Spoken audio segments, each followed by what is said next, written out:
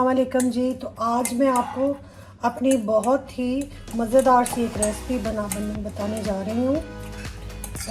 ये है कीमे का पराठा। तो ये मैंने कीमा ले लिया है, जो कि कीमा और आलू मेरा रात का पका हुआ था, और अब इसका हम पराठा बनाने जा रहे हैं।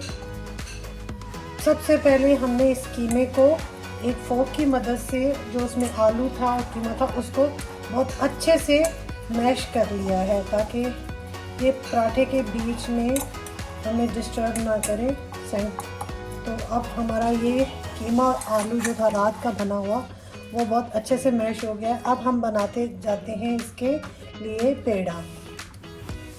तो इसके लिए जी हमें सबसे पहले बनाने पड़ेगा छोटा सा, हम 2 पेड़े बनाएंगे। इतना ज़्यादा आपने आटा नहीं लेना, क्योंकि ये दोनों जब हम जॉइन करेंगे ना इन पेड़ों को, तो वो फिर पराठा बहुत बड़ा बन जाएगा। ये देखें, मैंने आम नॉर्मल रोटी से तकरीबन हाफ पेड़ा लिया है एक, और इसको राउंड कर लिया है।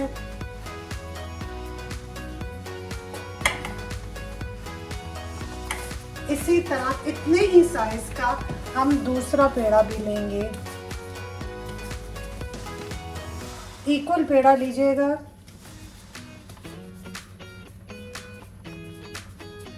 और इसको अच्छे से राउंड कर लें।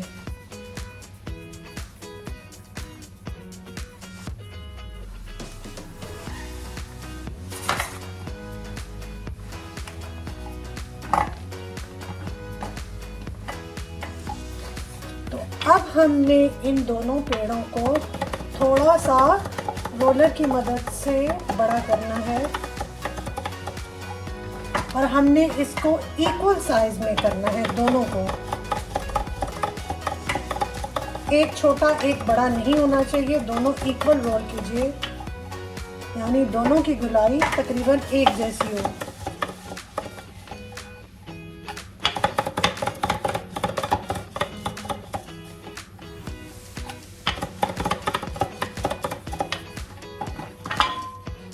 तो जी ये हमारे दोनों पेड़े जो हमने बनाए थे वो हमने रोल कर दिए हैं, और ज़्यादा बड़ा नहीं किया। अब हमने जो कीमा मैश किया था वो फोक से, उसको हम बिल्कुल सेंटर में रखेंगे।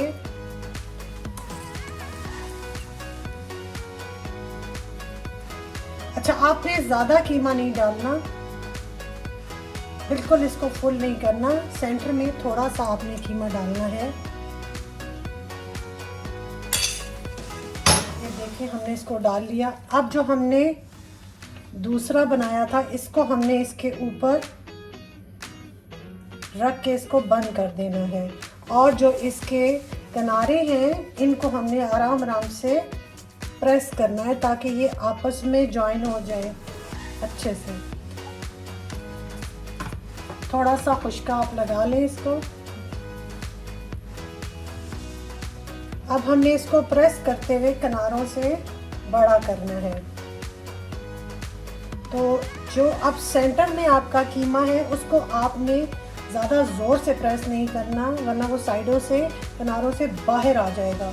और दूसरी बात ये मैं आपको बताऊं कि ये मैंने आटा वही यूज़ किया है जिसकी मैं रेसिपी पहले आपको दे चुकी हूँ, जिसमें मैंने आटा, मैदा और उसका हल्के गर्म दूध से मैंने इसको डो को गूंदा था। और ये आटा उल्टे रोटी की, रुमाली रोटी की रेसिपी का है, लेकिन इस आटे से कीमे के पराठे, आलू के पराठे भी बहुत टेस्टी बनते हैं बनिस्बत दूसरे आटे के। खाने में उनका बहुत टेस्ट अच्छा आता है, और देखने में भी उस पराठे का जो होती है शक्ल, वो भी बहुत ही ज़बरदस्त पराठे की फॉर्म इख्तियार करता है। तो आप देखें, मैंने इसको प्रेस करके बिल्कुल बंद कर दिया है। अब आपने इसको साइडों से थोड़ा थोड़ा सा रोल करना है, ताकि ये पतला हो। आपने दरमियान वाले पोर्शन में इसको जोर नहीं देना। अच्छा, कीमा के पराठे, आलू के पराठे में इतना रोलर का काम नहीं होता। आप उस पराठे को ज़्यादा रोल नहीं कर सकते, क्योंकि उसका जो बैटर होता है वो बाहर निकलता है।